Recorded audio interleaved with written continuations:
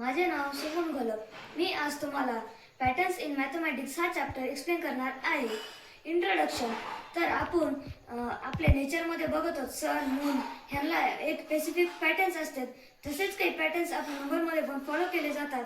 Example 1 1 1 हे सगळे एक आहेत, तर आपण ह्याला इंग्लिशमध्ये ऑल वन्स असे म्हणतो.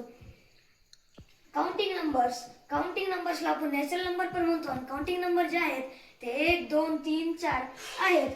होल नंबर म्हणजेच काय? आता होल नंबर म्हणजेच काउंटिंग नंबरमध्ये जेव्हा आपण स्टार्टिंगला 0 ॲड करतो आपण त्याला होल नंबर असे कन्सिडर करतो किंवा म्हणतो. तर 0 1 2 हे होल नंबर आहेत. ऑड नंबर 1 3 5 7 हे ऑड नंबर आहेत. ज्याला 2 ने भाग जात नाही त्याला आपण ऑड नंबर असे म्हणतो. इवन नंबर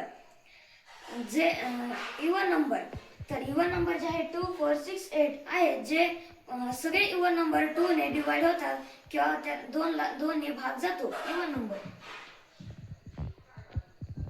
ट्रायंग्युलर म्हणजेच 1 चा ट्रायंग्युलर नंबर 1 होतो, कारण आपल्या ट्रायंग्युलर नंबर म्हणजेच आपल्याला 1 पासून ते जितवा ट्रायंग्युलर नंबर काढायचा आहे तिथपर्यंत त्या नंबरची सम करावी लागते. एक्झाम्पल 1 चा ट्रायंग्युलर नंबर 1 येतो, 2 चा ट्रायंग्युलर नंबर 1 + 2 = 3 येतो, 3 चा triangular number 1 + 2 + 3 = 6, 4 triangular number 1 + 2 + 3 + 4 = 10. Square number बघणार आहोत. Square number. आता 1 चा स्क्वेअर नंबर 1 × 1 = 1, 2 चा स्क्वेअर नंबर 2 × 2 = 4. आता मित्रांनो, स्क्वेअर नंबर म्हणजेच काय? स्क्वेअर नंबर म्हणजे समजा आपल्याला 3 चा स्क्वेअर काढायचा आहे, तर आपण 3 ला 3 ने मल्टिप्लाय करतो तेव्हा आपल्याला 3 चा स्क्वेअर भेटेल.